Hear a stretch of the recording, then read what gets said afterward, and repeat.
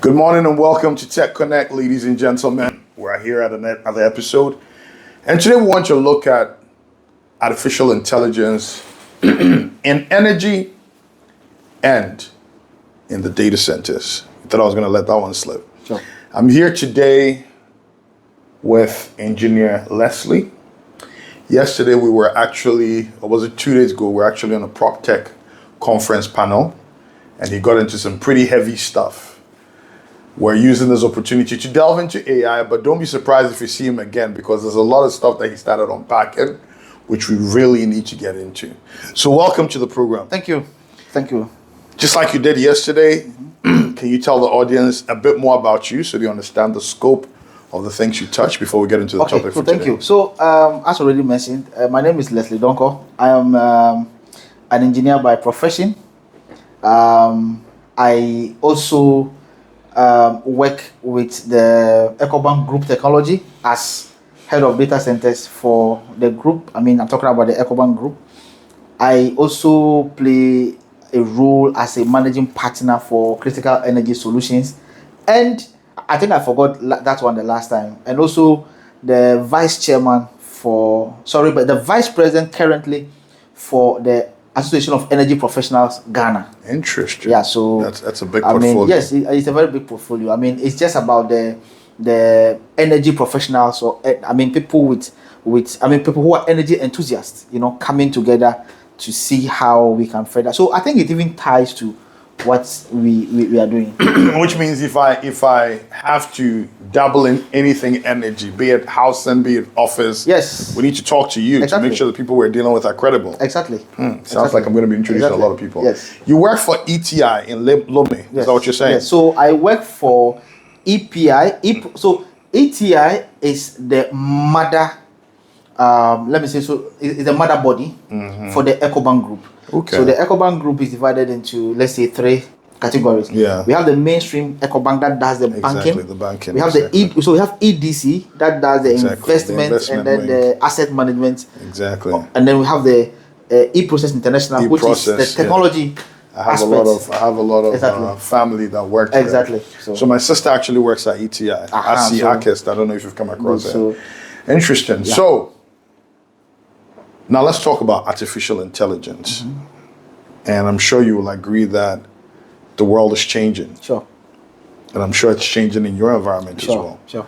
As an energy consultant, as an energy expert, as somebody who understands at least the African terrain and our challenges with energy, whether through distribution or whether through production, is artificial intelligence here to enhance our business?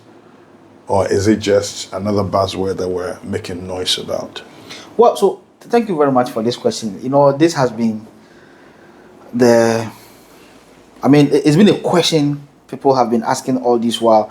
And why this question? Because people have always had the perception that with the introduction of AI, their jobs will be taken from them, they will lose their jobs and all that. But you see, so it is, let's look at it from the from the positive perspective, right? So what it means is that with the introduction of AI, you are actually allowing some things to be automated so that you focus on other things. I get what I'm saying. That's a positive side of it. Absolutely. So for example, when you take the banking industry, most of your processes can be automated, right? Or you can even you can even decide to say, you know what, let me take all my technical stuff to the cloud, automate some of these things, then I focus on my mainstream banking. So there are new things to always adapt to. So in effect, artificial intelligence is not a negative thing as we have always thought. For me, I want us to always look at it from the positive side. So it has really come to help. And then we don't have any choice than to adapt, because that is where the world is going now. There's that shift, so we call it shift left, right? We're actually shifting. So it has come to stay. So practically, how in your space does artificial intelligence help? So in my space, as an energy and power consultant, and as a data center professional, so I'll look at it from these two perspectives, right? So let me take first of all from the data center area. I think the last time, or was it yesterday or so, I tried to do some little talks around it, although I didn't do a deep dive. So in the data center industry, like I said, energy plays or energy chops or takes about 60% of the operational cost. I get in it. Now, how does AI come here to help me? So AI is playing more like a predictive tool. It's able to predict to be. It playing a predictive tool, it telling me which server or which device has to be off automatically based on need. If I don't need it, it goes off. I getting it. I don't even manually have to go and turn on anything. If it is cooling, right, based on the temperature in the room, it can say, well, I need 4 cooling units to be on, I need 3 cooling units to be on. If the ambient temperature, if I talk about ambient temperature, I'm talking about the temperature outside, is that cool? Automatically, it is intelligent enough to say, you know what, ambient temperature is too cool, so instead of 5 cooling units coming on, 2 should come on. I getting it. The same way, when it is able to detect that the energy consumption is going or is shooting up, it prompts you. Like I said, it's a predictive tool. It predicts and prompts you, telling you which equipment you should prioritize in turning on or turning off. So it plays a very positive role in my area in the data center industry. Now, when you come to the energy audits, the renewable energy sector, which I also do as a part-time thing. I think the last time I should have mentioned that now we are moving smart, right? Everything else we touch is smart.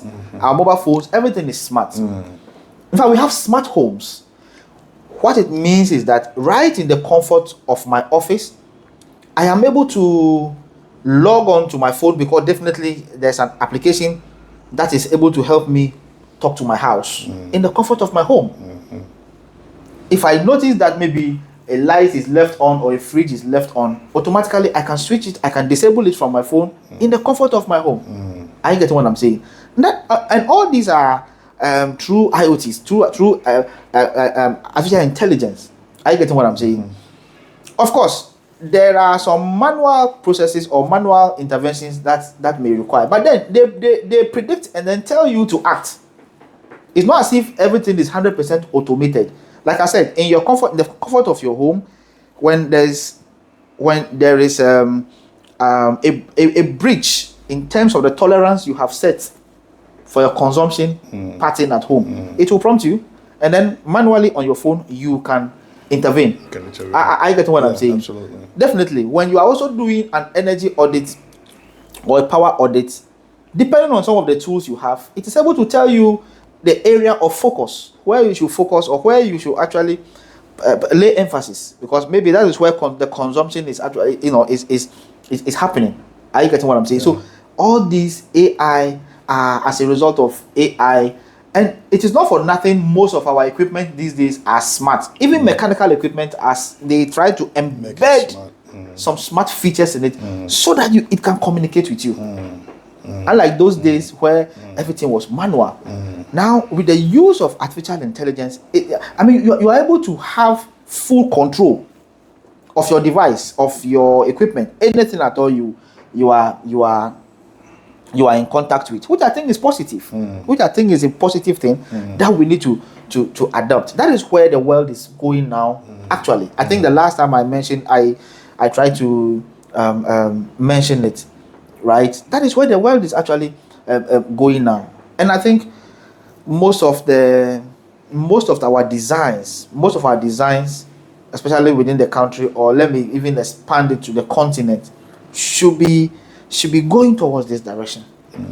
Right, it should be going towards this direction. It will play a positive role for the customers and the realtors themselves. Or for the business people themselves, because the moment you try to embed this into your designs, it makes things very cheap.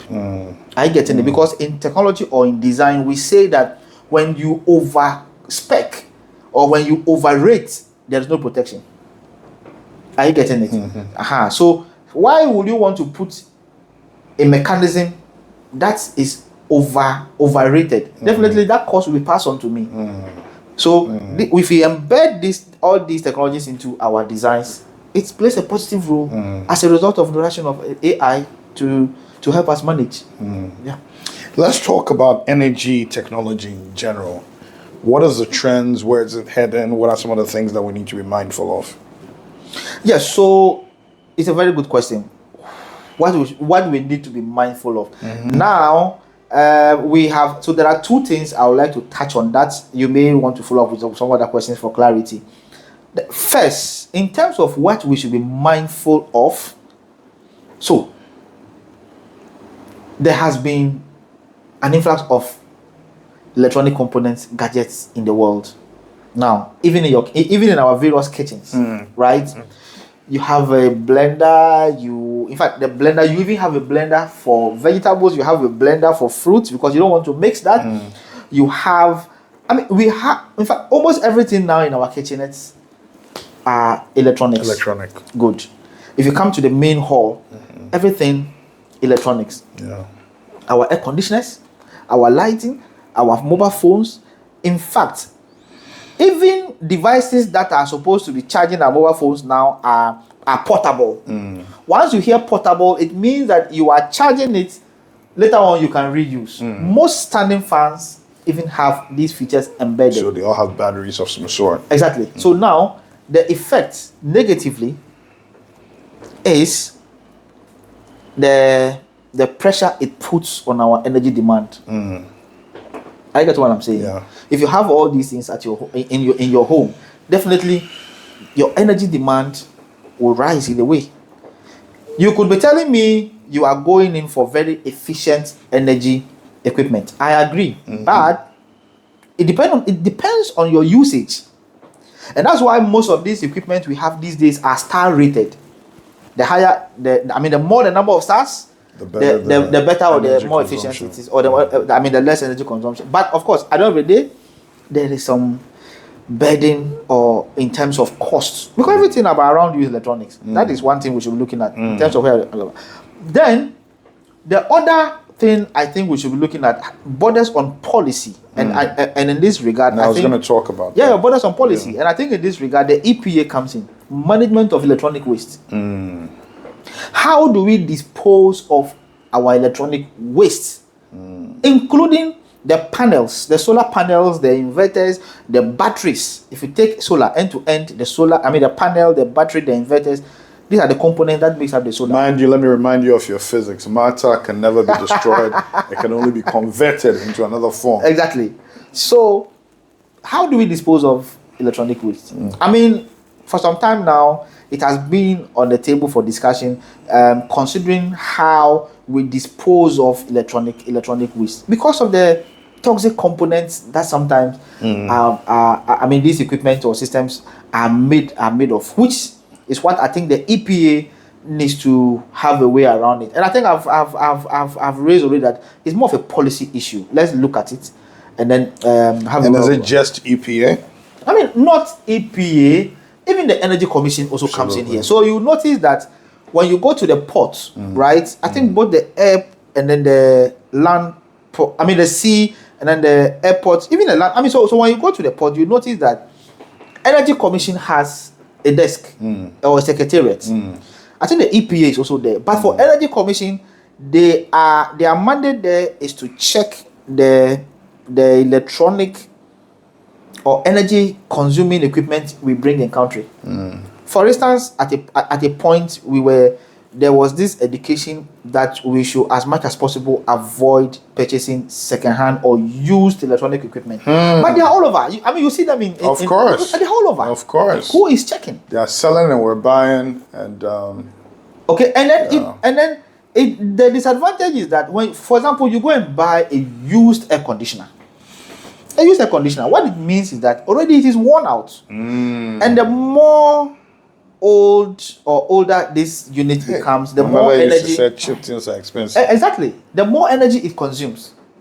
Are you getting it? So the Energy Commission is there to check all these things to ensure that we don't, flood our markets with these things. So it's not only the EPA. We have the Energy Commission. We have the Energy Foundation. We have MIDA. In fact, there are a lot of state bodies who should help to have a policy around around this. in As terms a of regulation. country, Yeah. how are we looking when it comes to demand and supply of energy?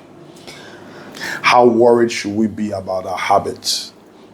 And when you finish, I'm sure you can tell me how artificial intelligence can help us to improve on the way we collect this data. But Yes, you're right. So as a country, how so in terms of how are we demand and looking in supply, terms of demand and supply? And supply. How burdened are we when it comes to energy production? How urgent is this for us to find alternatives? So let me tackle it by starting from the UN perspective in terms of even the margin of reserve of energy we should have. So let's even say that you have 100% energy access, right? The UN is saying that you should have at least 15 to 18% of excess as reserve. So we running out or getting into problem we say that's already even a huge problem. So you should have 18 to 20%. That's why when I hear we have excess power, I sometimes stay aback because see, as a country, when we started, I think we have yearned to have a universal access of about 100% years back, which in fact we have even surpassed it, and we've not reached universal access of 100% yet, because there are communities in Ghana that do not even have power. Are you getting it? Do not even have power. Yeah. Now, the more we roll this or we enroll these communities on the grid, the more demand.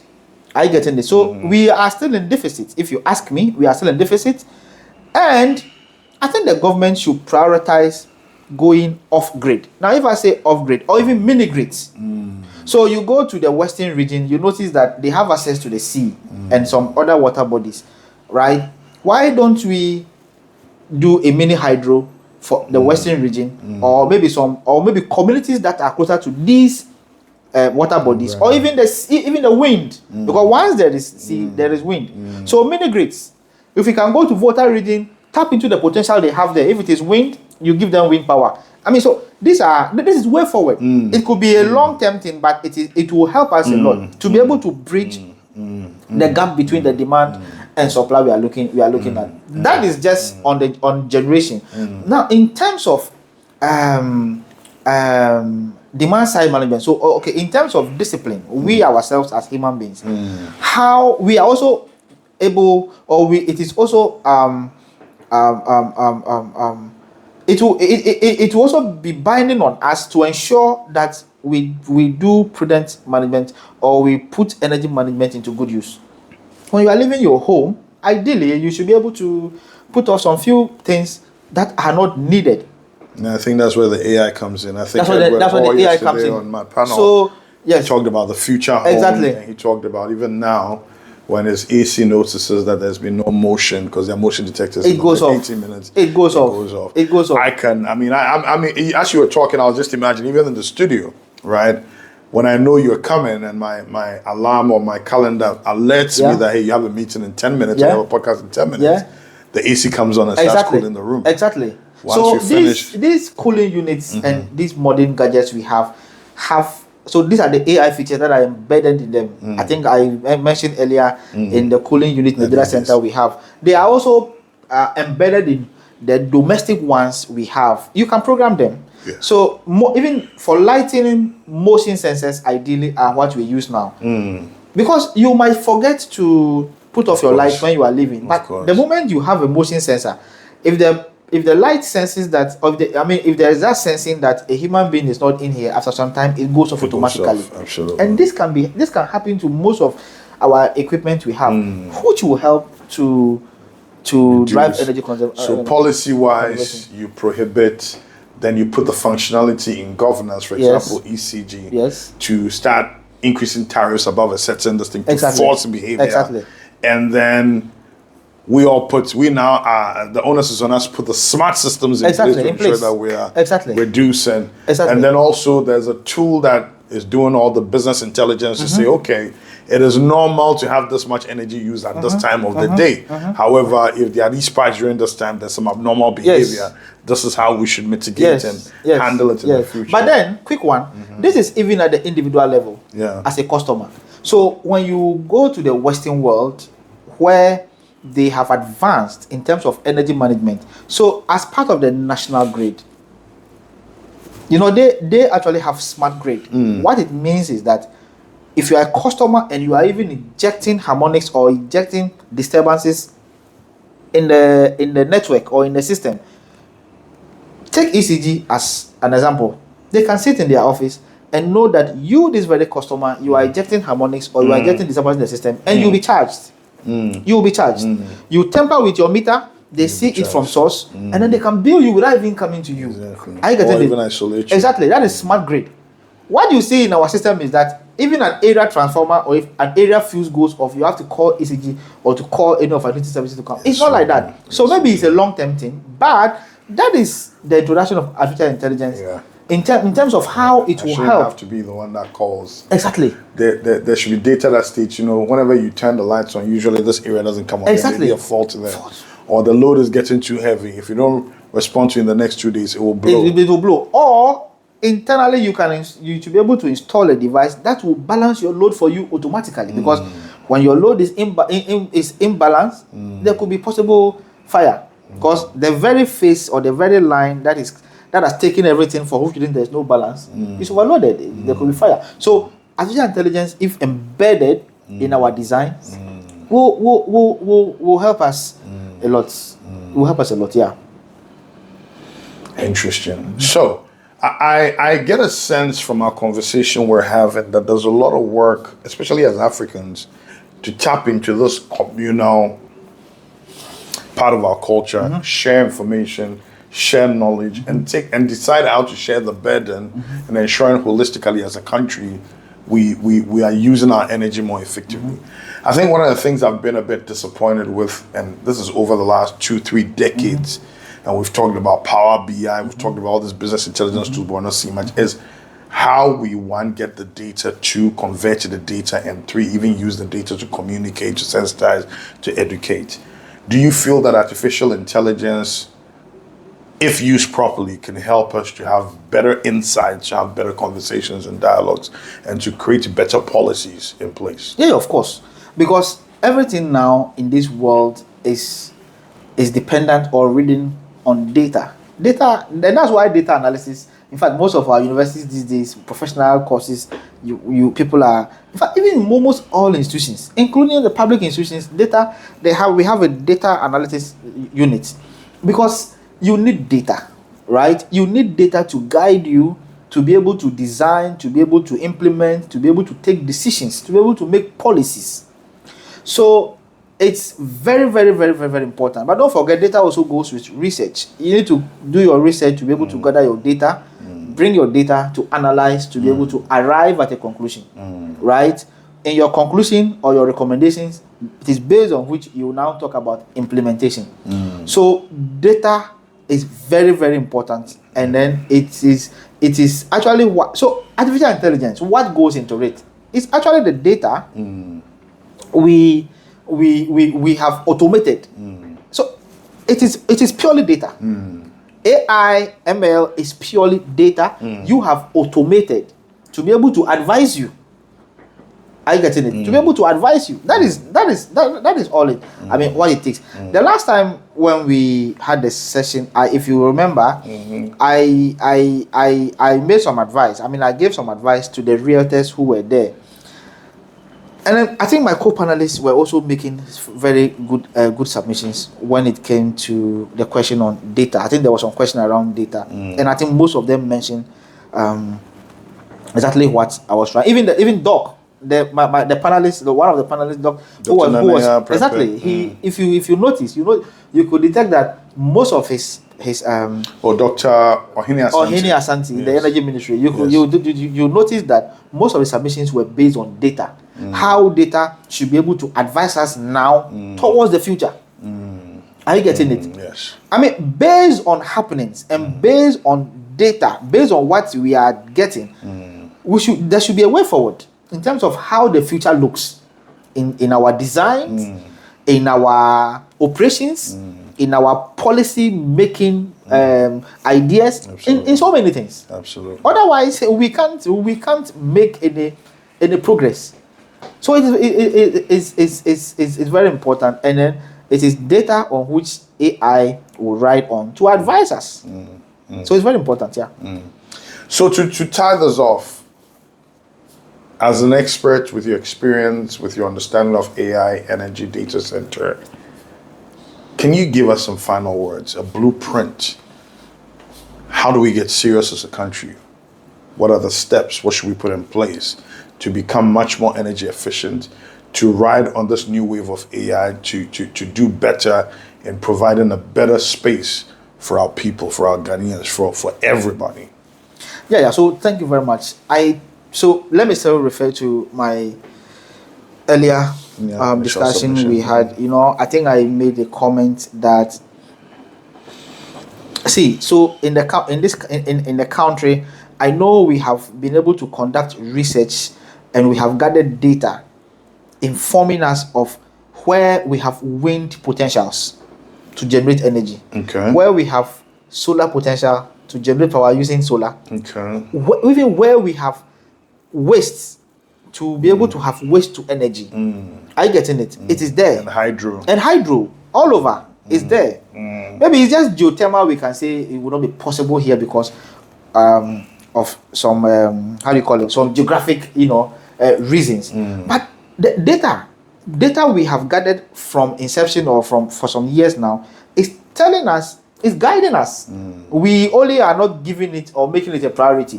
Because if you look in our energy mix today as we talk, I think a chunk of our energy mix in terms of generation is about 65 to 70% thermal, which is very expensive. Thermal is either oil or gas. It's very expensive. And once you even get clean, and even getting clean, it's one of the SDGs that we have to comply. It is now, in fact, we actually don't have we don't have a choice. We have to comply. That by 2030 we should have had a majority of our energy mix being renewable. Where do we stand now? Less than 20% as a country. Less than 20% as a country. So these are some of the things that should be guiding us to be, because the more you have renewable energy and then also implementing very good energy conservation education across, the cheaper it is for you, the government, and me, the customer. It's very, very important. So when you go to the likes of Germany, Denmark, where about 70%, even Kenya, about 70% of the energy mix is renewable, and they are sustainable.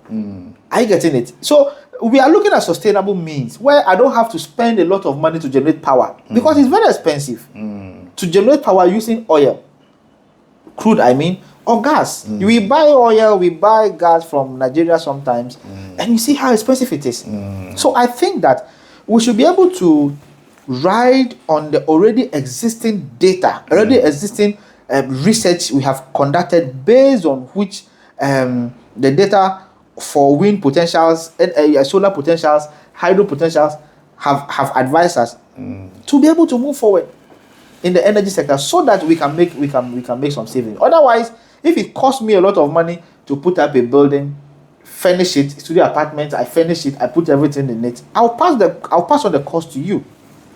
Are you getting it? I'll pass on the cost to you. Absolutely. And that is what keeps making purchases of very expensive in the realty industry. So this would be my advice. I think there has to be a handshake between the public and then the private sector. I think the last time you asked that question, you asked Reverend that question. Okay, you asked Reverend that question. So the bureaucracy from the side of the government is what is making the private sector. You heard from the question from the minister as well, that they also are asking, because you see, even though we keep saying government, they're also looking to the private sector to also do their part, right? And so it's like both of them are looking for a solution. You're right. And for me, I think that's why Texonnect was set up in the first place, because we want to play the facilitative role of saying, let's come together, let's cut the red tape, let's talk and cut all these extra fluff, and get things done. You're right. And you're given beautiful solutions. That's why we have experts there. Right. But as those solutions come, there has to be a concerted, intentional effort to start implementing. You know, you were saying something, and I was even thinking about it when you talked about the fact that we don't have a choice but to go into renewable energy.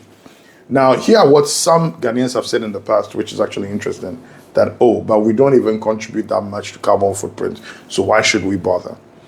And it is true, most of the industrial worlds are doing much more in terms of, what they are doing to the world than we are.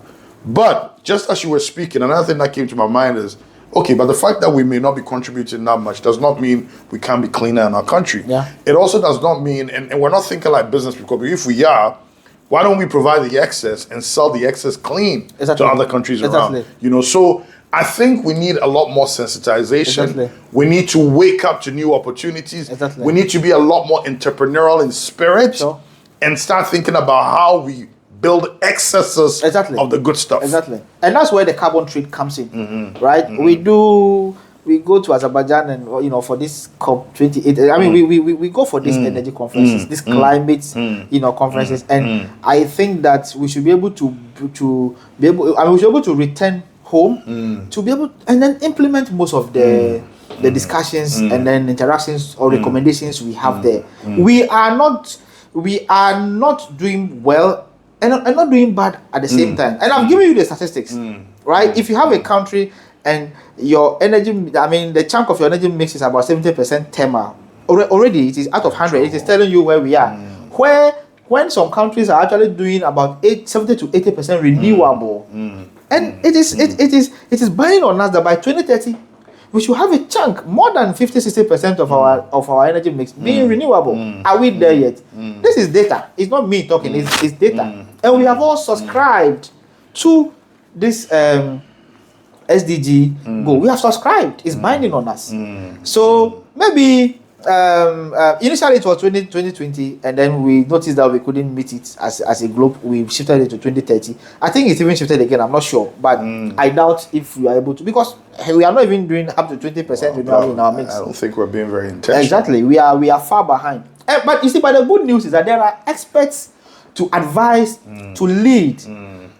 As part of my first masters, my thesis area, my thesis topic touched on the energy transition. That was actually what I read. So in my thesis, I was looking at transition scenarios, right? Considering that we have solar, so I looked at 3 variables: solar, wind, and then hydro, right? If we were to model it in the next 10 years. So I looked at the economic aspect of it, the technologies that are required, and then policy. So if I talk about technology, how do I store power in this raw form? How do I store power? I've generated enough power. How do I store it in this raw form?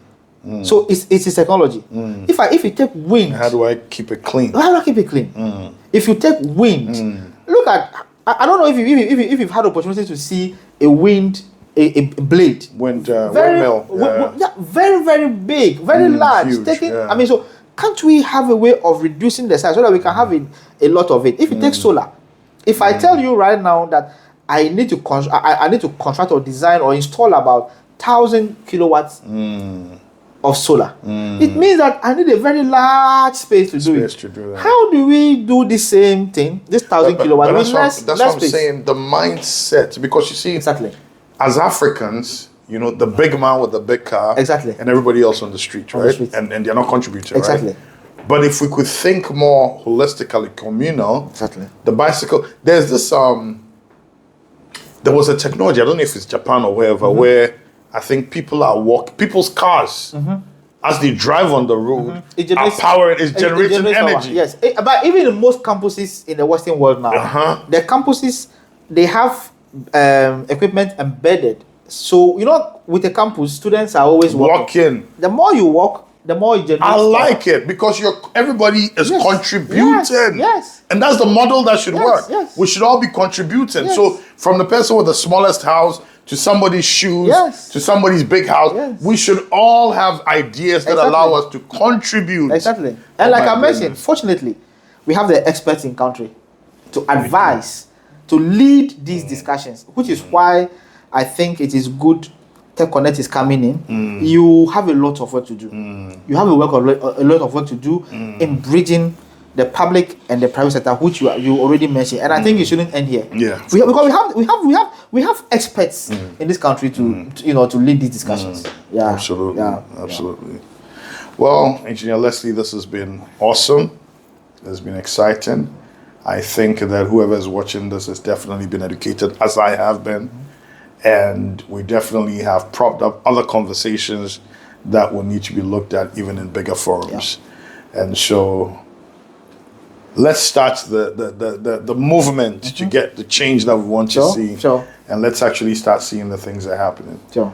And of course, if you ever come across any detail that you think it's important to this conversation, sure, we'll share. Please let us know. We'll share. And we'll continue. We'll share. Since I'm in the industry, I'm always available. I always have most of this data. I play with, because that is what I do almost every day. So I think we are together in this. Absolutely. We are together in this. Absolutely. Yeah, we are together in this. Thank you so much. Thanks for having me. Thank you. Wonderful. All right.